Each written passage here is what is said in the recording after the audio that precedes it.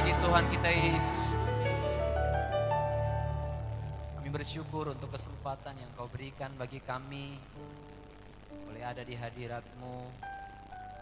Kami tidak datang untuk bagaimana kami boleh mendapatkan keuntungan jasmani, tapi kami datang untuk belajar bagaimana kami mengiring Engkau, belajar bagaimana kami mengikuti Engkau, dan bagaimana hidup kami boleh persembahkan untuk mengabdi kepada Engkau Tuhan. Nah, kita berkata bahwa karena itu carilah dahulu kerajaan Allah dan kebenarannya. Fokus kami di tempat ini adalah kerajaan-Mu Tuhan. Engkau berkuasa atas hidup kami. Kami dituntun kepada kebenaran. Kami tidak akan takut dengan hal apapun. Kami tidak takut dengan penghidupan kami. Kami tidak takut dengan kesehatan kami. Karena Tuhan selalu melakukan yang terbaik. Sanggup melakukan yang sempurna bagi kami Tuhan. Sebab itu di tempat ini hanya ada ucapan syukur. Hanya ada luapan sukacita. Dan deklarasi pengharapan di hadapan Engkau Tuhan. Saatnya Engkau bicara bagi kami semua. Kami siap mendengarkan firman-Mu Tuhan. Di dalam nama Yesus Kristus, semua yang siap dengarkan firman sama-sama katakan amin. Silakan duduk kembali umat Tuhan.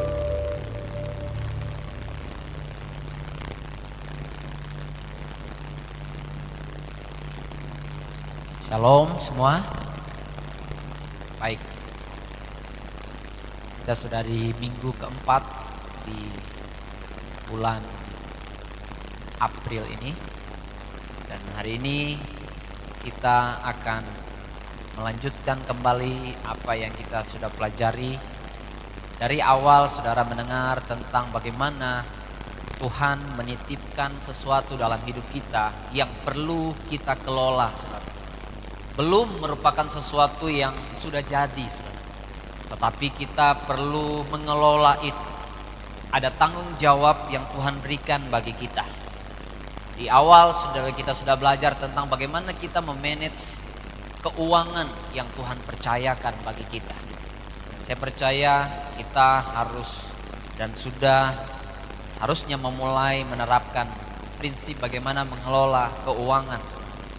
Dan di bagian kedua kita belajar bagaimana mengelola waktu, memanage waktu yang Tuhan percayakan. Dan bagian ketiga ini kita akan belajar bagaimana memanage potensi yang Tuhan berikan. Alkitab memberikan definisi atau memberikan arti yang lengkap tentang potensi ini, saudara. Secara umum potensi itu berbicara tentang kemampuan yang Tuhan berikan bagi setiap manusia. Saya katakan bahwa ini adalah kemampuan yang diberikan bagi setiap manusia. Dan kemampuan ini adalah kemampuan yang belum jadi, saudara. Kemampuan ini adalah kemampuan yang belum dimaksimalkan. Karenanya kita diberikan yang namanya anugerah potensi, tetapi juga kita diberikan yang namanya tanggung jawab untuk bagaimana kita menemukan dan bahkan memanage, dan termasuk di sini bagaimana kita memaksimalkan itu, saudara. Potensi dalam Alkitab sering menggunakan kata yang paling familiar dalam setiap khotbah-khotbah itu bicara tentang talenta, saudara. Selain talenta, ada juga yang disebutkan sebagai bakat, saudara. Atau yang juga sering orang umum tahu adalah tentang skill, saudara. Dan juga berbicara tentang ada yang namanya kecerdasan. Dan hal yang prinsip yang sering disebutkan dalam Alkitab juga itu bicara tentang karunia rohani. Dan hal-hal itu diberikan kepada semua manusia. Diberikan kepada setiap orang. Termasuk orang percaya. Orang percaya adalah pribadi-pribadi yang diberikan yang namanya potensi ini. Sekalipun potensi ini kalau kita belajar Alkitab diberikan secara berbeda-beda dan dalam takaran yang berbeda juga satu dengan yang lain.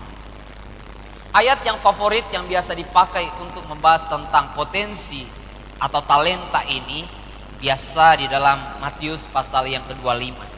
Saya mengajak kita melihat di dalam Matius pasal yang ke-25 ayat yang ke-14 hingga ayatnya yang ke-30. Matius pasalnya yang ke-25 ayat 14 sampai ayat yang ke-30. Saudara perhatikan di Alkitab saudara, saya membaca bagi kita semua, saudara. Sebab hal kerajaan sorga sama seperti seorang yang mau berpergian ke luar negeri, yang memanggil hamba-hambanya dan mempercayakan hartanya kepada mereka. Yang seorang diberikannya 5 talenta, yang seorang lagi 2, dan yang seorang lagi 1, masing-masing menurut kesanggupannya, lalu ia berangkat. Segera pergilah hamba yang menerima 5 talenta itu, yang menjalankan uang itu, lalu beroleh laba 5 talenta. Hamba yang menerima 2 talenta itu pun berbuat demikian juga dan berlaba 2 talenta. Tetapi hamba yang menerima 1 talenta itu pergi dan menggali lubang di dalam tanah, lalu menyembunyikan uang tuannya. Lama sesudah itu pulanglah tuan hamba-hamba itu, lalu mengadakan perhitungan dengan mereka. Hamba yang menerima 5 talenta itu datang dan ia membawa 5 talenta. Katanya, Tuan, 5 talenta yang Tuhan percayakan kepadaku, lihat, aku telah beroleh laba 5 talenta. Maka kata tuannya itu kepadanya, baik sekali perbuatanmu itu, hai hambaku yang baik dan setia. Kau telah setia dalam perkara yang kecil, aku akan memberikan kepadamu tanggung jawab dalam perkara yang besar. Masuklah dan turutlah dalam kebahagiaan Tuhan. Lalu datanglah hamba yang menerima 2 talenta itu. Katanya, Tuan, 2 talenta Tuhan percayakan kepadaku, lihat aku telah beroleh laba 2 talenta. Maka kata tuannya itu kepadanya, baik sekali perbuatanmu itu, hai hambaku yang baik dan setia. Kau telah setia memikul tanggung jawab dalam perkara yang kecil, aku akan memberikan kepadamu tanggung jawab dalam perkara yang besar. Masuklah dan turunlah dalam kebahagiaan Tuanmu. Kini datanglah juga hamba yang menerima 1 talenta itu dan berkata, Tuan, aku tahu bahwa Tuhan adalah manusia yang kejam, yang menuai di tempat di mana Tuhan tidak menabur, dan yang memungut dari tempat di mana Tuhan tidak menanam. Karena itu aku takut dan pergi menyembunyikan talenta Tuhan itu di dalam tanah. Ini terimalah kepunyaan Tuhan. Maka jawab tuannya itu, hai kamu hamba yang jahat dan malas, jadi kamu sudah tahu bahwa aku menuai di tempat di mana aku tidak menabur dan memungut dari tempat di mana aku tidak menanam. Karena itu sudahlah seharusnya uangku itu kuberikan kepada orang yang menjalankan uang, supaya sekembaliku aku menerimanya serta dengan bunganya. Sebab itu ambillah talenta itu daripadanya dan berikanlah kepada orang yang mempunyai 10 talenta itu. Karena setiap orang yang mempunyai kepadanya akan diberi sehingga ia berkelimpahan. Tapi siapa yang tidak mempunyai, apapun juga yang ada padanya akan diambil daripadanya. Dan campakkanlah hamba yang tidak berguna itu ke dalam kegelapan yang paling gelap. Di sana terdapat ratap dan kertak gigi. Dari ayat-ayat ini saudara, kita akan belajar bersama-sama Alkitab dengan jelas bahwa Tuhan sudah mempercayakan masing-masing kita potensi. Dan potensi itu memang diberikan secara berbeda-beda, tidak sama saudara. Tapi yang menarik, Alkitab berkata itu diberikan menurut kesanggupan kita. Berapapun potensi yang Tuhan berikan kepada kita, kita diberikan bukan hanya potensi saja, tetapi diberikan kemampuan untuk memaksimalkan itu saudara. Diberikan kemampuan untuk bisa memanage itu, untuk mengelola itu saudara. Kita sanggup saudara. Sehingga pada saatnya kita tidak bisa berdalih bahwa saya tidak mampu. Saya tidak seperti yang lain. Mereka bisa, tapi saya tidak bisa. Tidak bisa, saudara-saudara akan berdalih seperti itu. Dan di dalam ayat ini kita akan menemukan pentingnya memanage potensi ini, saudara. Potensi yang Tuhan sudah diberikan bagi kita harus dimanage. Apa pentingnya memanage potensi yang Tuhan berikan? Kalau dalam artian saya katakan tadi itu talenta, bakat, yang harusnya disebutkan juga skill, kecerdasan, karunia-karunia rohani yang Tuhan berikan bagi kita. Kalau saudara perhatikan di ayat-ayat yang kita sudah baca, yang pertama, pentingnya memanage potensi. Alkitab berkata, seperti yang ditunjukkan oleh yang mendapatkan talenta atau potensi, baik yang mendapatkan 5, yang mendapatkan 2, dan ditegaskan oleh yang memiliki 1, saudara. Itu talenta yang Tuhan percayakan, itu menuntut satu respon dalam diri kita, yaitu respon yang dimaksud adalah respon di mana kita menghormati Tuhan. Kita menghormati Tuhan saat kita memanage potensi yang Tuhan berikan, saudara. Cara kita memanage potensi ini adalah merupakan cara kita menghormati Tuhan. Yang mendapatkan talenta baik 2 maupun 5, mereka menunjukkan penghormatan kepada Tuhan. Rasa kagum, rasa takut kepada Tuhan dengan cara kelola potensi yang Tuhan berikan. Kelola bakat yang Tuhan berikan. Kelola karunia rohani yang Tuhan berikan. Kelola kecerdasan yang Tuhan berikan. Tapi yang menarik, salah satu orang yang menerima satu talenta, Alkitab mencatat bahwa dia menghormati dengan cara yang salah. Dia berkata bahwa betul, Tuhan, Engkau yang percayakan ini milikmu.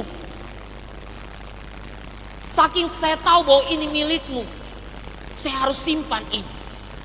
Saking saya tahu bahwa Engkau adalah, dia berkata, Engkaulah Tuhan, Engkau yang berkuasa. Jadi aku pendam itu, aku simpan itu. Terkesan menyimpan itu merupakan sesuatu yang, ya dia juga berkata bahwa ini tanggung jawab saya menyimpan ini. Tetapi Tuhan berbicara jelas di sini bahwa cara kita menghormati Tuhan dan dengan cara kita mengembangkan setiap potensi yang Tuhan beri. Gak bisa dengan cara hanya kita berkata, saya tanggung jawab saya adalah saya pendam itu, saya simpan itu, saya tutup rapat-rapat. Ataupun kalau saya pun gunakan, saya gunakan untuk saya, saudara. Dan Tuhan berkata bahwa itu tidak menunjukkan rasa hormat kita kepada Tuhan. Kita harus menunjukkan rasa hormat kita dengan cara yang benar. Dan sampai kita salah persepsi, saudara, menunjukkan rasa hormat kepada Tuhan dengan cara hanya kita datang ke ibadah saja. Kita berkata, Tuhan, saya sudah angkat tangan kepada Tuhan, tanda saya hormat kepada Tuhan. Tapi yang Tuhan mau adalah kita menunjukkan satu rasa hormat dalam setiap aspek hidup kita. Kita menghormati Tuhan. Katakan amin. Karena kenapa, saudara? Saya katakan bahwa terlalu banyak orang hormat sama Tuhan di gereja saja, saudara. Sekalipun memang di dalam gereja kita harus menunjukkan penghormatan kepada Tuhan. Karena kita tahu Tuhan hadir dalam ibadah. Katakan amin. Tapi saya mau tanya bagi kita semua. Saat saudara bekerja, saat saudara melakukan sesuatu di luar sana, Tuhan hadir atau tidak? Tuhan hadir atau tidak? Kalau Tuhan hadir, tunjukkan rasa hormat yang sama. Saya berharap jemaat di tempat ini memiliki paradigma berpikir yang sungguh-sungguh berbeda dan kita mengerti, saudara. Memiliki dimensi pengertian yang berbeda dengan yang lain. Oh, kelihatan menghormati Tuhan nanti di gereja saja, saudara. Kalau saya punya istilah begini saja, saudara.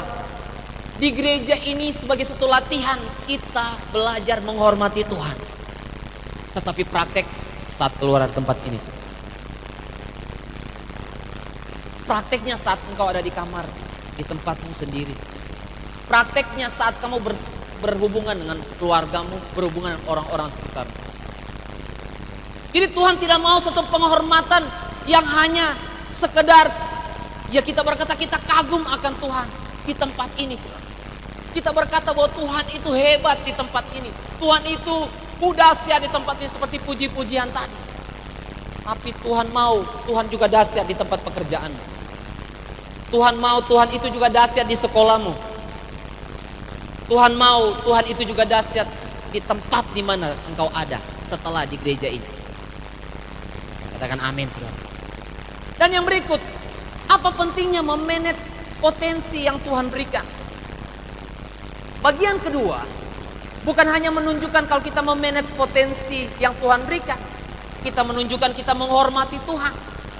Tetapi Alkitab berkata bahwa kita menunjukkan bahwa hidup kita ini bisa dipercaya sama Tuhan. Memanage potensi yang Tuhan berikan menunjukkan bahwa kita ini bisa dipercaya sama Tuhan. Sekali lagi ini ditunjukkan oleh orang yang mendapatkan 2 dan 5. Yang berbeda sekali, berbeda jauh dengan orang yang menerima 1, saudara.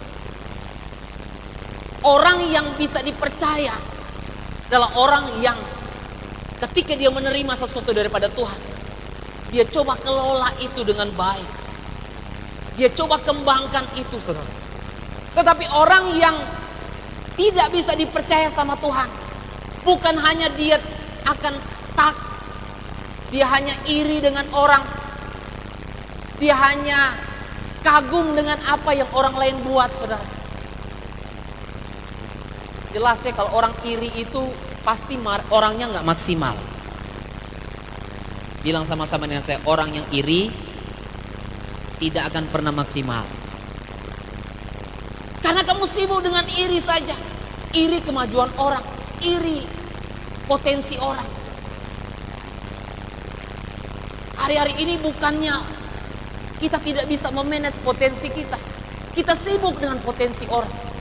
Kita sibuk dengan apa yang Tuhan percayakan kepada orang. Tuhan mau kita sibuk dengan apa yang Dia percayakan bagi kita, saudara. Katakan amin, saudara. Dan yang paling fatal lagi, ketika Tuhan memperlakukan orang yang tidak bisa dipercaya ini, yang hanya sibuk dengan apa yang dia dapat dan orang lain dapat ini, Tuhan bilang ambil itu daripada dia. Ambil semua, percayakan ke orang lain. Saya ketika baca ayat ini saya berpikir, Tuhan ambil yang ada pada dia bilang berikan kepada orang yang lain. Ada beberapa orang yang pada akhirnya mereka menjadi susah hidup mereka. Kenapa? Tuhan ambil apa yang ada dalam kehidupan mereka, bagi kepada orang, kasih kepada orang. Seorang pernah bercerita kepada saya, Pak, saya punya potensi bermain musik yang menurut saya dan orang-orang di sekitar saya bagus. Tapi satu saat saya ingat dia pernah melayani di tempat ini. Satu kali saja dia ikut kontes musik di YouTube di mana-mana. Dan saya dengar dia adalah orang yang juara. Tapi satu saat dia ketemu dengan saya. Dia beritahu kepada saya, Pak, saya punya jari ini, saya lupa jari yang mana. Tapi jarinya ini tidak bisa lagi pakai buat bermain gitar. Dia beritahu, tidak bisa lagi. Dan saya harus katakan bahwa biarkan apa yang saya alami ini menjadi perhatian bagi saya. Dan saya mau bilang ke orang lain, selama Tuhan masih berikan kesempatan, memberikan yang terbaik. Karena ada waktunya, itu akan diambil. Berbagai potensi yang Tuhan berikan bagi kita yang harusnya kita pakai untuk memuliakan Tuhan, tapi kita pakai untuk kesenangan diri kita sendiri, saudara. Beberapa orang Tuhan berikan sebetulnya suara yang bagus, saudara. Tiba-tiba, saudara, suara yang bagus ini cuma pakai hanya untuk di karaoke, saudara. BD Club dan cuma karaoke hanya untuk memuaskan keinginan daging sendiri, saudara. Dan tidak salah saudara ketika saudara melihat banyak orang stroke dan stroke-nya kena di tenggorokan ini. Mau kasih keluar suara terbaik semua bisa. Mau nyanyi pun so gemetaran, saudara. Jangan salah, saudara. Kalau ada sesuatu yang Tuhan percayakan, mari kembalikan atau berikan yang terbaik. Jadi orang menunjukkan orang ini bisa dipercaya atau tidak. Yang berikut, yang ketiga, dari ayat yang kita baca tadi, orang yang memanage potensinya, Alkitab berkata bahwa orang itu adalah orang yang unggul dan produktif. Sedangkan orang yang tidak memanage potensinya atau memanage potensi yang salah, Alkitab berkata bahwa jelas Tuhan berkata, campakkan orang yang tidak berguna ini. Ternyata di hadapan Tuhan ini manusia mulia, betul. Tetapi endingnya ada yang namanya bagi Tuhan, ada yang berguna bagi dia, ada yang tidak berguna. Ada yang orang unggul bagi dia, ada yang orang yang tidak kepake bagi Tuhan. Mungkin secara kasat mata kita lihat dia di dunia ini hebat, saudara. Tapi di hadapan Tuhan orang ini orang gak berguna. Saudara nangkap ini? Amin. Dia punya segalanya dalam dunia ini, tapi di hadapan Tuhan dia ini bukan hanya kosong, gak ada guna. Kan jelas ini Tuhan berkata bahwa yang dapat satu harusnya orang yang spesial di hadapan Tuhan. Tetapi hanya karena tidak memanage potensi ini, mereka memposisikan diri mereka tidak berguna di hadapan Tuhan. Mereka memposisikan diri mereka adalah orang yang tidak unggul di hadapan Tuhan. Saya percaya bahwa Tuhan mau ketika kita datang kepadanya, dan bahkan bukan nanti kita datang kepadanya, tetapi semenjak dalam dunia ini kita menjadi orang-orang unggulnya Tuhan di dunia ini. Kita adalah orang-orang yang dikatakan orang-orang produktifnya Tuhan, orang-orang andalannya Tuhan, saudara, di dalam dunia ini. Tuhan berkata, campakkan orang tidak berguna ini, saudara. Alkitab memang banyak juga membandingkan dengan tentang perbandingan ini, saudara. Tuhan punya orang-orang spesialnya Tuhan, orang-orang unggulnya dia. Saat Tuhan bicara kepada Timotius ketika dia berkata bahwa nanti orang-orang yang dikatakan menyucikan dirinya, mereka adalah orang-orang yang akan dipakai untuk maksud yang mulia. Sedangkan orang-orang yang tidak menyucikan dirinya, Alkitab berkata mereka adalah orang-orang yang akan dipakai juga, tapi untuk maksud yang tidak mulia. Dipakai juga sih, tetapi dipakai untuk maksud yang tidak mulia sama sekali. Herodes, Pilatus dipakai untuk hanya membunuh Yesus. Bagaimana Yesus harus mati? Melakukan kehendak Allah juga, tetapi yang akan mendapatkan hukuman. Judas melakukan kehendak Allah tapi menjual Yesus. Tapi Tuhan berharap kita menjadi orang-orang yang melakukan kehendak Allah dengan cara memuliakan Dia, menyenangkan Dia, melakukan kehendak. Karena Tuhan selalu menginginkan kita menjadi orang-orang unggul di hadapan Dia dan bahkan di dalam dunia ini saat Dia tempatkan kita, saudara. Yang keempat, saudara. Saudara perhatikan di ayat-ayat tadi disebutkan bahwa ada yang namanya Tuhan, ketika Tuhan berkata, mari hambaku yang baik dan setia masuk dalam kebahagiaan. Masuklah dalam kebahagiaan hidup, masuk dalam kepuasan hidup. Orang-orang hari-hari ini mencari kepuasan hidup, kebahagiaan hidup dengan cara mereka coba memenuhi keinginan mereka, keinginan daging mereka. Mereka berpikir bahwa mereka akan puas, mereka berpikir bahwa mereka akan berbahagia, mengganti kepuasan, mengganti kebahagiaan yang harusnya mereka harus dapat hanya dalam persekutuan dengan Tuhan. Tapi endingnya mereka akan tahu bahwa sehebat apapun mereka mencari kebahagiaan, kepuasan bukan kepada Tuhan, mereka tidak akan bisa mendapatkannya, saudara. Dan yang ketika Tuhan membandingkan dengan yang seorang yang tidak memanage potensinya, Alkitab berkata orang itu hidup di dalam, kalau ayat tadi dikatakan bahwa hidup dalam kegelapan yang paling gelap dan hidup dalam ratap dan kertak gigi.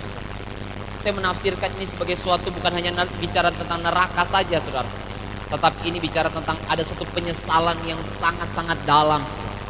Kalau kemarin saya bicara tentang orang tidak memanage waktu nanti akan menyesal hidupnya. Tetapi orang yang tidak memanage potensinya pun adalah orang-orang yang pada akhirnya akan menjadi pribadi-pribadi yang endingnya akan menderita. Endingnya pasti akan menyesal sejadi-jadinya. Ketika dikatakan ratap dan kertak gigi, ini penyesalan yang sungguh-sungguh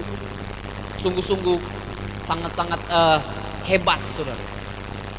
Jadi mari kita lihat ada 4 hal ini yang menunjukkan kepada kita bahwa kita sangat penting untuk kita memanage potensi kita. Dan mari kita lihat bagaimana kita memanage atau bagaimana kita mengembangkan potensi yang Tuhan berikan. Di dalam beberapa ayat yang saya akan tunjukkan, saudara. Yang pertama, langkah-langkah kita memanage potensi yang Tuhan berikan.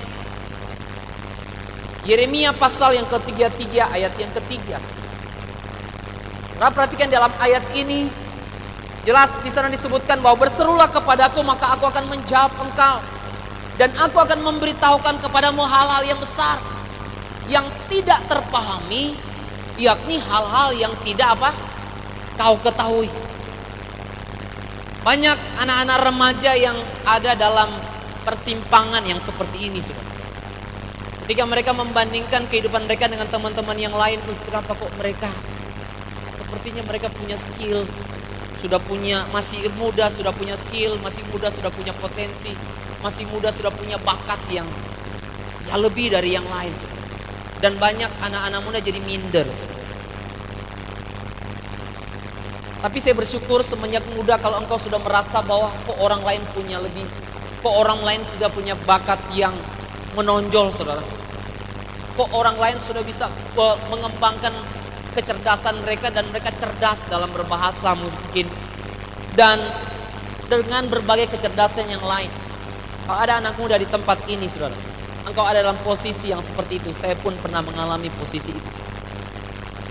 Saya hampir melihat diri saya berkata saya tidak berguna, saudara. Bandingkan dengan teman yang lain, saya sepertinya tidak berguna. Kalau engkau orangnya dan engkau ada dalam posisi seperti ini saatnya engkau mencari Tuhan sungguh-sungguh. Untuk apa? Untuk engkau bisa mengenali potensimu. Cari tahu. Jelas Alkitab berkata kepada kita hari ini, berserulah kepada Tuhan. Datanglah kepada Tuhan. Karena hanya Tuhan yang akan memberitahukan kepadamu hal-hal yang besar, yang tidak terpahami. Potensi yang ada dalam dirimu ini hanya Tuhan yang tahu, saudara. Potensi yang ada dalam dirimu adalah sesuatu yang sukar untuk dipahami.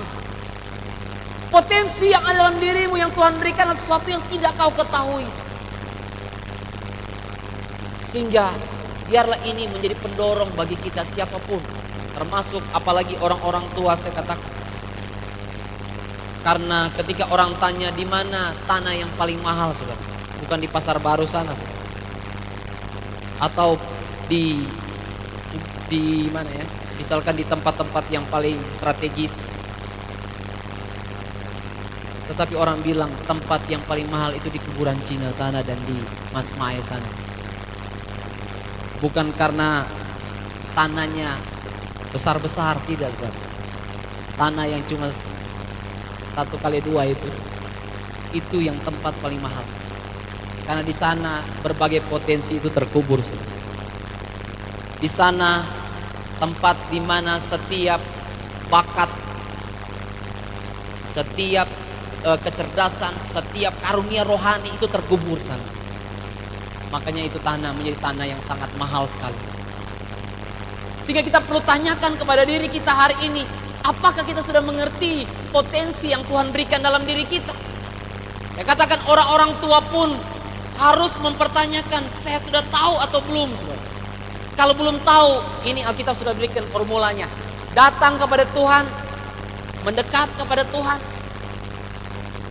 berdoa kepada Tuhan, cari tahu lewat kebenaran firman Tuhan, bacalah firman Tuhan. Saya percaya bahwa dalam persekutuan kita dengan Tuhan, kita membaca firman Tuhan, dan kita mulai mengevaluasi diri kita, saudara, di hadapan Tuhan. Saya percaya selalu akan ada hikmat yang Tuhan berikan bagi kita untuk menuntun kita, saudara.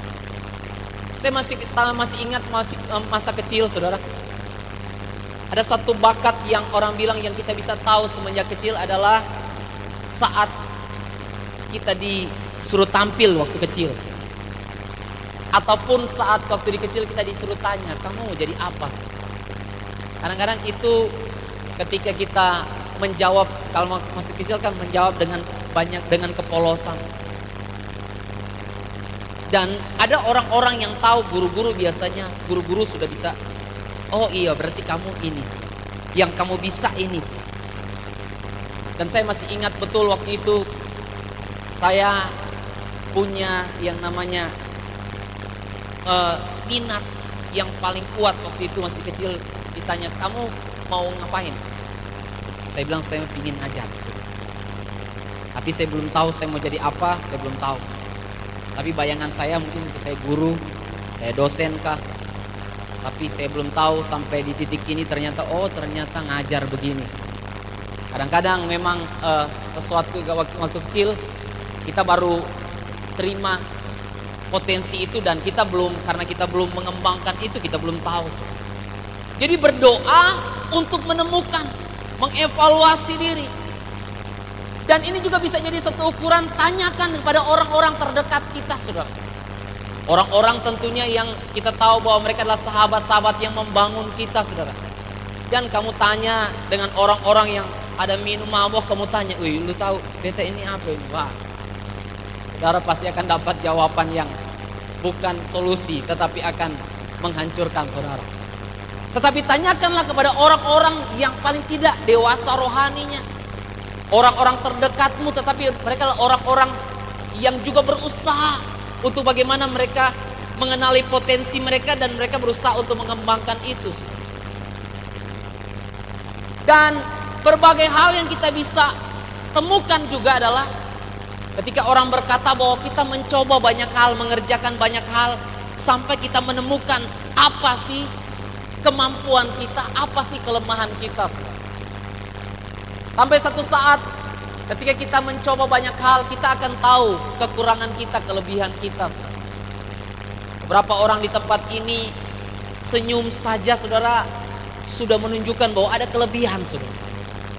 Saya orang kadang-kadang susah senyum, saudara.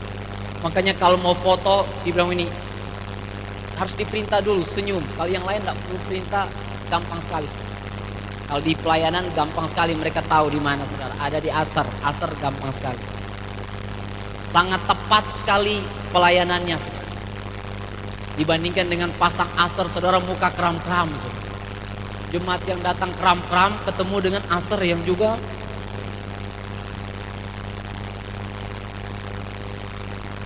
waduh, langsung berkaca kepada muka yang seperti ini, masuk juga masih kram, tapi ketemu masih jauh. Shalom. Dan ini orang-orang hospitality pasti terbaik. Dan itu ukuran-ukuran yang kita bisa dapat, saudara, dari apa yang kita tahu sendiri, apa kelemahan, apa kelebihan kita, saudara. Jadi memanage potensi itu dimulai dari mengenali potensi. Memang tadi adalah tindakan-tindakan praktisnya, tetapi tindakan rohaninya saya tahu bahwa dalam hubungan dengan Tuhan kita akan tahu. Dalam persekutuan dengan Tuhan, tanyakan kepada Tuhan. Karena kita percaya bahwa Tuhan kita adalah Tuhan yang hidup, Tuhan yang tahu apa yang menjadi kebutuhan kita, apa yang menjadi kegalauan kita, dan saya percaya Tuhan akan menjawabnya. Jadi yang pertama mengenali. Yang kedua, kalau saudara perhatikan dalam Matius pasal 4 ayat 21 sampai 22. Inilah kisah tentang apa, saudara? kisah tentang bagaimana murid-murid awal yang dipanggil oleh Tuhan. Di dalam ayat Matius pasal 4, ayat yang ke-18 sampai 22. Di sana ada beberapa murid yang sebelum menjadi murid mereka dipanggil oleh Tuhan. Dan dalam kisah ini disebutkan bahwa ketika Tuhan memanggil mereka, mereka pertama mengalami yang namanya tantangan dari Tuhan. Tantangan apa, saudara? Tantangan di sana tantangan untuk mereka menebarkan jala yang sebelumnya mereka sudah mengalami yang namanya mereka tidak menangkap ikan, saudara. Dan kemudian Tuhan perintah, kamu tebarkan jala agak lebih ke dalam lagi. Dan akhirnya mereka menebarkan jala, saudara. Dan ketika mereka menebarkan jala, dapat tangkapan ikan yang banyak. Kemudian tidak berhenti sampai di sana, Tuhan berkata bahwa Tuhan memanggil mereka, mari ikut aku. Aku akan jadikan kamu penjala manusia. Dan ketika mereka mendengarkan panggilan itu, Alkitab berkata mereka meninggalkan jalannya dan mengikut Yesus. Mari kita belajar, saudara, dari ayat-ayat ini atau dari kisah ini. Kita memanage potensi bukan hanya mengenali potensi, tetapi mengembangkan potensi yang Tuhan berikan. Kalau saudara perhatikan di ayat-ayat tadi, saudara, tentang bagaimana Tuhan memanggil murid-murid awal ini. Mereka adalah orang-orang yang saya katakan bahwa mengambil kesempatan demi kesempatan yang Tuhan berikan. Ketika Tuhan berkata bahwa mari tebalkan jalamu, mereka tidak berkata bahwa Tuhan, saya sudah coba toh. Saya sudah coba dan saya gagal. Tapi Tuhan berkata sedikit ke dalam dan kamu tebal. Dan saya percaya bahwa orang yang akan bisa dikatakan oleh Tuhan adalah orang-orang yang adalah orang memanage potensi, adalah orang-orang yang berani ambil kesempatan demi kesempatan yang Tuhan berikan. Ada orang pernah bercerita begini, saudara. Orang-orang di dalam Tuhan kalah dengan orang-orang di luar sana, saudara. Orang-orang di luar sana itu padahal hanya spekulasi saja, saudara. Hanya spekulasi, atau hanya, kalau saya berkata, hanya gambling. Mau berhasil ya berhasil, kalau tidak berhasil ya tidak apa-apa, coba yang lain. Saya berkata orang-orang luar kalah dengan orang-orang dalam ini yang katanya punya iman, saudara. Wih, kalau menyembah kusut banget, saudara. Tapi berkaitan dengan memutuskan sesuatu seperti ini, lambat sekali dan hampir tidak berani mencoba, saudara. Hampir tidak berani melangkah, saudara. Padahal lagunya itu, Tuhan itu dahsyat, Tuhan itu hebat. Tapi saya percaya sejak saudara dengarkan firman ini, saudara harus lebih hebat dari orang-orang di luar sana. Katakan amin. Kita adalah orang-orang yang ketika ada kesempatan, memang ada tantangan di situ. Tidak mungkin kesempatan itu tidak disertai dengan tantangan. Tapi kalau kita adalah orang-orang yang berani ambil kesempatan itu, karena kita tahu bahwa kita punya Tuhan yang selalu menyertai hidup kita. Kita punya Tuhan yang selalu bersama-sama dengan kita. Kita punya Tuhan yang tidak pernah tinggalkan kita. Katakan amin. Saya mau beritahu, kalaupun salah, misalkan salah memutuskan untuk kamu mau tekun dalam hal apa, kita nggak rugi-rugi amat. Tuhan adalah Tuhan yang bisa mengarahkan kita kembali ke tempat yang tepat. Kalaupun salah, saudara, dalam persekutuan dengan Tuhan, saya berkata bahwa Tuhan akan tetap melakukan yang terbaik bagi kita. Katakan amin. Tetapi orang yang pernah mencoba sesuatu, yang akan mengembangkan sesuatu, nggak pernah rugi, saya berkata. Salah mengerjakan sesuatu yang seharusnya bukan minat kita pun itu nggak salah, saudara. Seperti contoh, saudara, kalau saudara belajar bahasa asing lah, dan saudara berkata saya tidak punya kecerdasan linguistik yang seperti berbeda dengan yang lain, yang harusnya bisa berhasil di situ, minimal saudara bisa tambah skill sedikit, saudara. Sehingga saya percaya bahwa tidak ada yang rugi. Murid-murid berkata, Ya sekalipun kita tidak tangkap apa-apa, tapi sekali-sekali kita coba ya tidak apa-apalah. Dan mereka coba juga saudara. Dan apa yang terjadi waktu mereka coba, mereka dapat. Saudara. Berapa banyak yang percaya bahwa saat kita bersama dengan Tuhan, kita membuat keputusan-keputusan bersama dengan Tuhan, kita akan dekat dengan keberhasilan yang Tuhan siapkan. Katakan amin. Dalam persekutuan dengan Tuhan, ambil setiap kesempatan. Atau bahasa yang lain, ada yang menyebutkan berani bereksperimen, mencoba sesuatu yang baru, saudara. Yang berikut, bagaimana kita mengembangkan potensi? Potensi kita ini, Alkitab berkata, tidak tergantung dari status.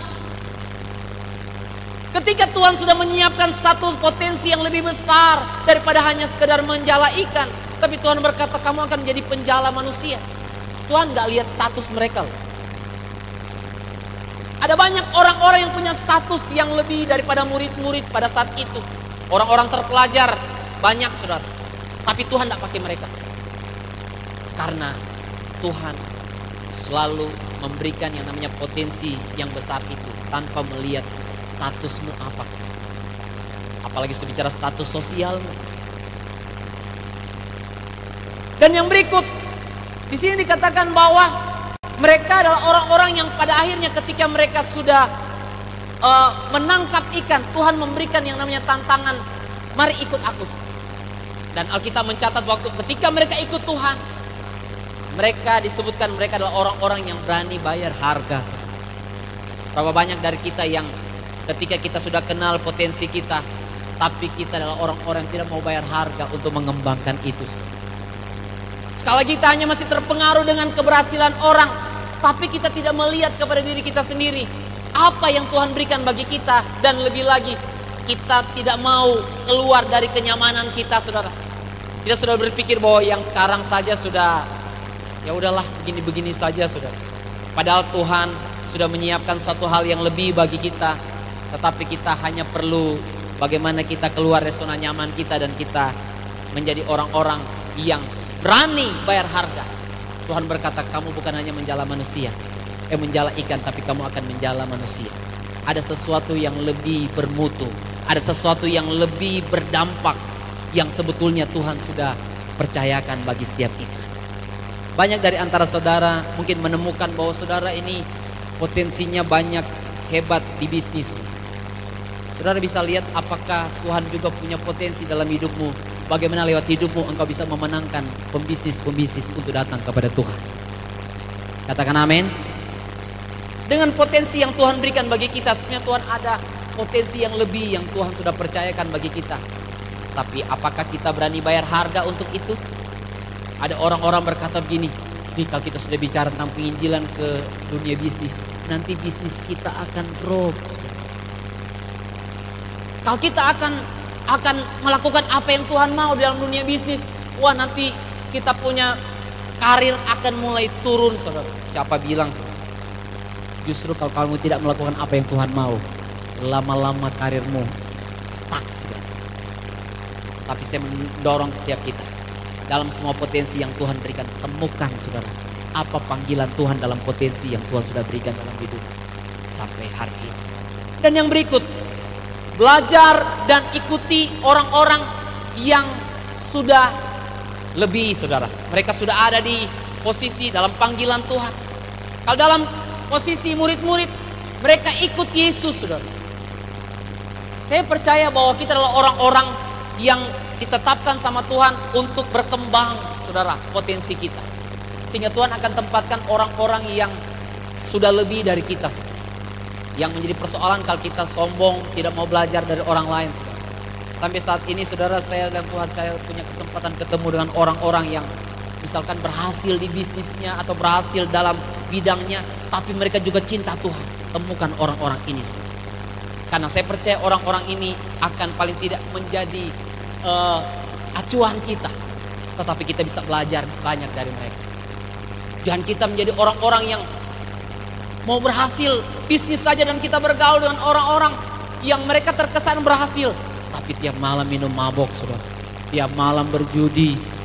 Dan saya percaya bahwa saudara bukan akan maju, saudara pasti akan hancur. Katakan amin. Dan yang terakhir, saudara, kenali potensi, kembangkan potensi, dan yang terakhir, maksimalkan potensi. Kalau saudara memperhatikan dalam Alkitab, semua potensi yang Tuhan berikan bagi kita, baik potensi secara jasmani, tetapi juga ada kita mengenal ada potensi secara rohani atau karunia-karunia. Itu sesuatu yang belum jadi, saudara.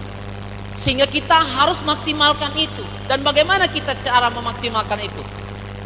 Pakai setiap potensimu hari ini untuk melayani Tuhan. Saya percaya dengan semua potensi apapun yang Tuhan sudah berikan bagi kamu, kita akan jadi orang-orang yang bisa memanage dengan baik, dengan benar, sesuai dengan apa yang Tuhan mau. Kalau kita pakai itu untuk Tuhan. Berapa banyak orang-orang yang coba menggunakan potensi mereka hanya untuk kepentingan mereka. Tetapi hari ini, dengarkan firman Tuhan, saya akan baca ayat yang terakhir. Kolose pasal 3 ayat 22 sampai 24 berkata, "Hai hamba-hamba, taatilah Tuhanmu yang dunia ini dalam segala hal. Jangan hanya di hadapan mereka saja untuk menyenangkan mereka, melainkan dengan tulus hati karena takut akan Tuhan. Apapun yang kamu perbuat, perbuatlah dengan segenap hatimu seperti untuk Tuhan dan bukan untuk manusia. Kamu tahu bahwa dari Tuhanlah kamu akan menerima bagian yang ditentukan bagimu sebagai upah. Kristus adalah Tuhan dan kamu adalah hambanya." Saya percaya bahwa setiap potensi yang Tuhan berikan bagi kita hanya bisa berkembang kalau kita pakai itu untuk Tuhan. Pakai apapun itu, saudara.